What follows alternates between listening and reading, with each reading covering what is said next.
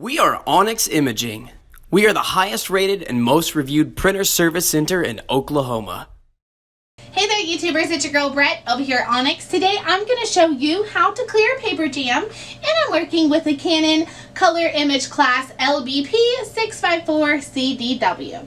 So with this printer there's only about two places that you will have jams. The first place to check is going to be the back. So you'll just literally open it up. The paper would be right here. You want to be very, very gentle when you're clearing a jam. You always want to go slow and just make sure to pull it gently.